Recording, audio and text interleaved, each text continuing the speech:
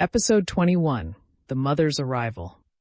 Maria Santos arrived at the safe house in the back of an unmarked federal sedan, flanked by two NYPD officers who'd extracted her from Diego's apartment 90 minutes earlier. Through the front window, Marcus watched Agent Johnson emerge from the passenger seat and open the rear door, extending her hand to help an older woman climb out. Carmen was already moving toward the door before Marcus could stop her. "Carmen, wait." Miguel caught her arm, but she pulled free with surprising strength. "That's my mother."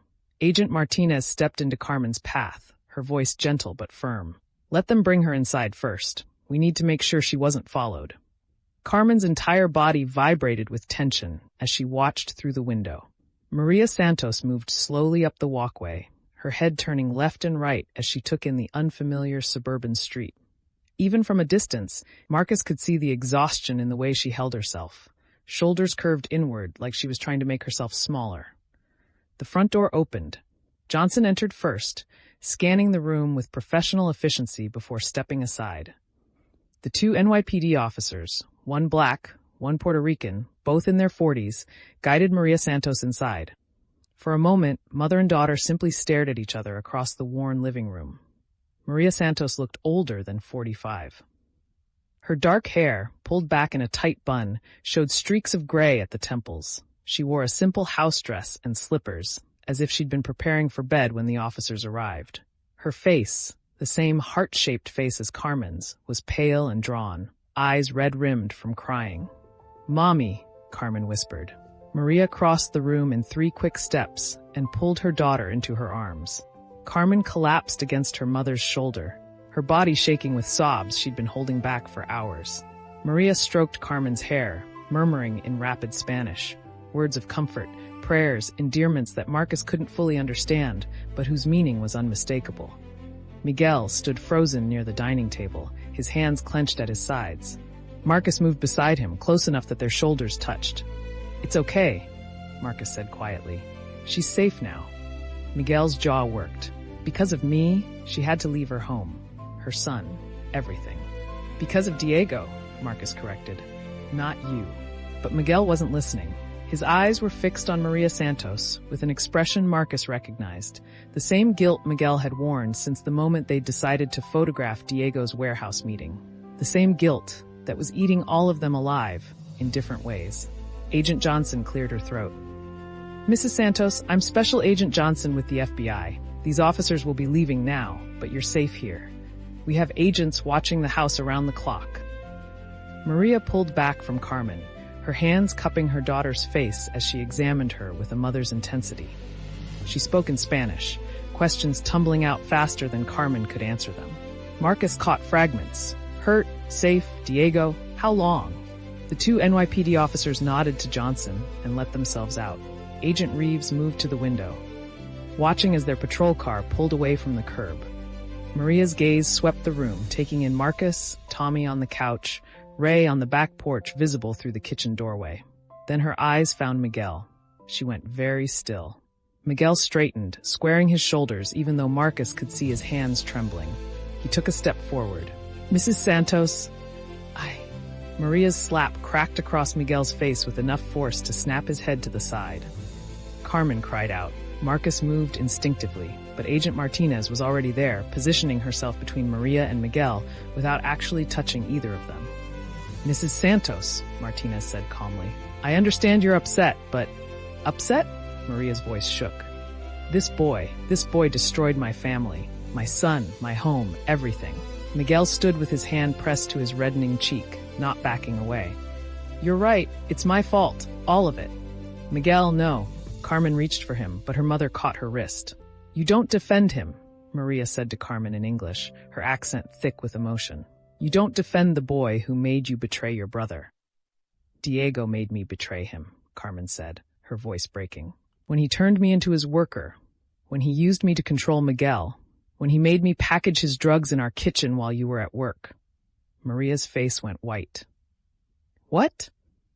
The room fell silent, except for the hum of the refrigerator and the distant sound of the neighbor's television through the walls. "The heroin," Carmen said quietly. "Diego had me weighing it, packaging it, in our kitchen, at the table where we eat dinner." Maria's knees seemed to buckle. Agent Johnson moved quickly, guiding her to the couch. Tommy shifted over to make room, his expression unreadable. Maria sat heavily, her hands covering her face. When she spoke again, her voice was muffled. "I didn't know. Dios mío, I didn't know. He kept it from you," Carmen said, kneeling in front of her mother. "He kept everything from you. The money, the drugs, what he was doing to the neighborhood. He's my son." Maria's hands dropped, revealing tears streaming down her face. "My son. And now he's alone. In that apartment. Alone." The word hung in the air. Marcus thought about his own mother, who would be getting home from Colombia right now, finding his bedroom empty, finding the letter he'd hidden under his mattress. Would she understand? Would she forgive him for throwing away everything she'd sacrificed for? "Mrs. Santos," Agent Johnson said, pulling up a dining chair to sit facing Maria. "I know this is difficult. But Carmen saved your life tonight. Diego knows she betrayed him. If you'd stayed in that apartment—" "He wouldn't hurt me," Maria said, but her voice lacked conviction. "I'm his mother."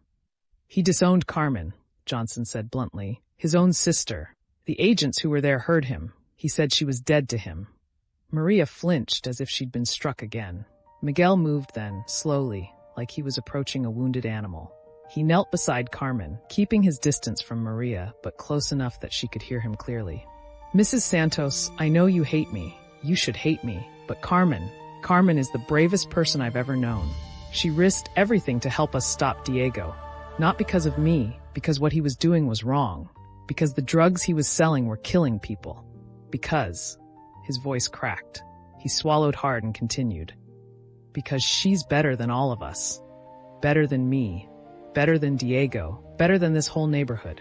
And if you're angry, if you need someone to blame me. But don't blame her. Please." Maria stared at Miguel for a long moment. Then she turned to Carmen.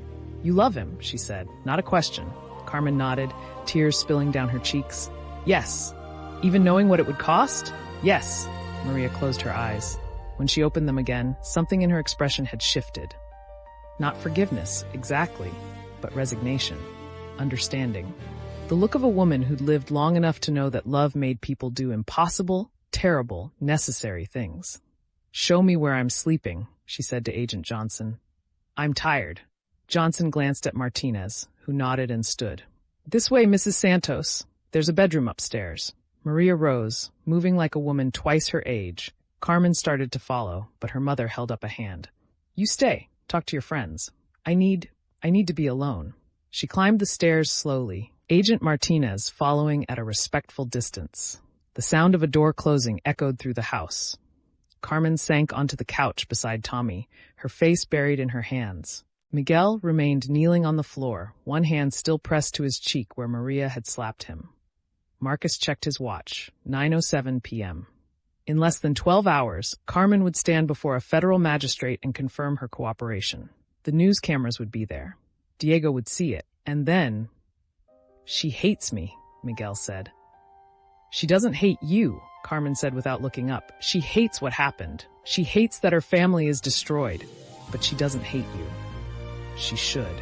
Tommy made a sound that might have been a laugh or a cough. "Join the club, brother. My old man doesn't even know I'm gone yet. When he sobers up and figures it out, he'll probably be relieved." "Tommy?"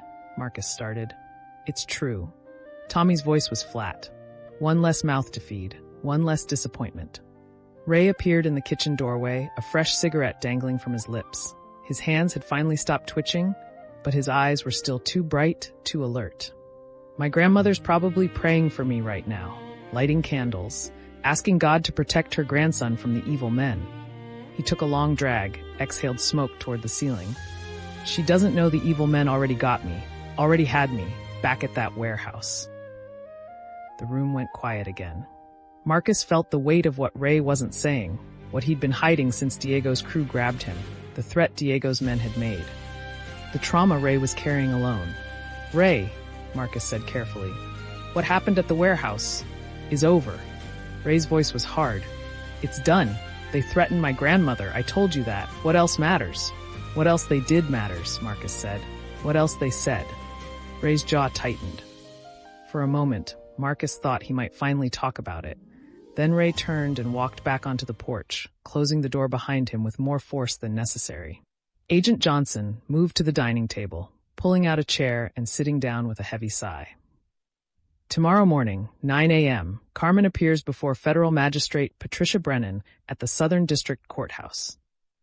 The hearing will take approximately 20 minutes. Carmen will state for the record that she's cooperating voluntarily, that she hasn't been coerced, and that she understands her rights. She looked at each of them in turn. Diego's lawyers will be there. The media will be there. And after that hearing, there's no going back. Diego will know for certain that his sister testified against him. He already knows, Carmen said quietly. He knew the moment I left with those officers. Suspecting and confirming are different things, Johnson said. Right now he can tell himself maybe you were confused, maybe the police manipulated you. After tomorrow, he can't pretend anymore. Miguel finally stood, moving to sit beside Carmen. She leaned against him immediately, and he wrapped his arm around her shoulders. What about our families? Marcus asked. You said there were surveillance teams. Still in place, Johnson confirmed. Your mother got home from Colombia about 45 minutes ago. She found your note. Marcus's chest tightened. Is she? She's scared, confused. Agent Carter is with her now, explaining the situation. Johnson's expression softened slightly. She wanted me to tell you she understands, that she's proud of you. The words should have brought relief. Instead, Marcus felt his eyes burning. His mother, who'd worked double shifts for 4 years to give him a chance at Colombia, who'd sacrificed everything, and he'd thrown it away. Even if she said she understood, even if she said she was proud, he'd still failed her. Tommy, your father is... Johnson paused. Still unresponsive. He's been drinking heavily. We have agents watching the building, but he hasn't left the apartment. Figures, Tommy muttered. Ray, your grandmother is at evening mass. She'll be home within the hour, and we'll have agents on her block all night. Ray didn't respond from the porch. And Miguel, your mother is... Johnson hesitated. She's very upset. She still doesn't believe you worked for Diego. She thinks we've made a mistake. Miguel's expression didn't change, but Marcus saw his hand tighten on Carmen's shoulder. She'll believe it eventually, when Diego's arrested, when it's all over the news. That might take time, Johnson said. Building a RICO case. I know. Months. Maybe a year. Miguel's voice was hollow. You already told us. Agent Reeves's radio crackled. He stepped into the kitchen, speaking in low tones that Marcus couldn't make out. When he returned, his expression was grim. Diego just left his apartment, Reeves said to Johnson. Surveillance team followed him to the social club on Prospect. He's been inside for 20 minutes. Johnson stood. How many with him? 4 that we could identify. Carlos, Flaco, and 2 others. Marcus felt his pulse quicken. What's he doing? Planning, Johnson said. Regrouping. We expected this. He knows we have evidence. He knows we're building a case, and he's trying to figure out his next move. What if his next move is our families? Tommy asked, his voice sharp. We're watching, Johnson said. If Diego or any of his people approach your families, we'll intervene. By then it might be too late, Tommy said. You keep saying you're watching, you're monitoring, you're prepared, but you can't stop a bullet. You can't stop someone from walking up to my father's building and... He cut himself off, his face flushing red. Tommy's right, Marcus said. Surveillance isn't protection. You're waiting for Diego to make a move so you can arrest him. But what if that move kills someone? Johnson met his gaze steadily. I won't lie to you, Marcus. There's risk. There's always risk in cases like this. But Diego is smart. He knows that hurting your families would bring federal heat he can't handle. Right now, he's focused on survival, cleaning out his operations, moving money, getting rid of evidence. He doesn't have time for revenge. Yet, Carmen said softly. He doesn't have time yet. But eventually we'll have him in custody, Johnson said firmly. That's why we need you focused on tomorrow. On testifying. On helping us build an airtight case so Diego Santos never sees the street again. Upstairs, a door opened. Footsteps moved across the floor, then stopped. Maria Santos's voice drifted down, speaking Spanish in what sounded like prayer. Carmen closed her eyes. She's praying for Diego, for his soul. Maybe someone should, Miguel said quietly. The watch on Marcus's wrist showed 9:34 p.m., 16 hours until Carmen's court appearance. 16 hours until everything became official, public, irreversible. Agent Johnson's radio crackled again. She stepped away, listening intently. When she returned, her expression was carefully neutral, which meant bad news. Diego just left the social club, she said. He's heading back toward his apartment. Why? Carmen asked. We don't know yet. Marcus stood, moving to the window beside Agent Reeves. The suburban street was quiet, ordinary. A car passed, headlights cutting through the darkness. Somewhere, a dog barked. But in the Bronx, Diego Santos was moving through his territory, planning something. And tomorrow morning, when Carmen stood before that magistrate, whatever fragile balance existed between them would shatter completely. Marcus thought about his father's watch, heavy on his wrist, about the promise his mother had made to a dying man. Get Marcus out, get him to college, give him a chance. He'd thrown that chance away, but he'd done it for Miguel, for Carmen, for the neighborhood Diego was poisoning with his drugs. That had to count for something. That had to be worth the cost, didn't it? Get some rest, Johnson said, though her tone suggested she knew none of them would sleep. Tomorrow's going to be a long day. As she headed toward the kitchen to coordinate with the other agents, Marcus remained at the window, watching the darkness. Behind him, Miguel and Carmen sat close together on the couch. Tommy stared at the blank television screen.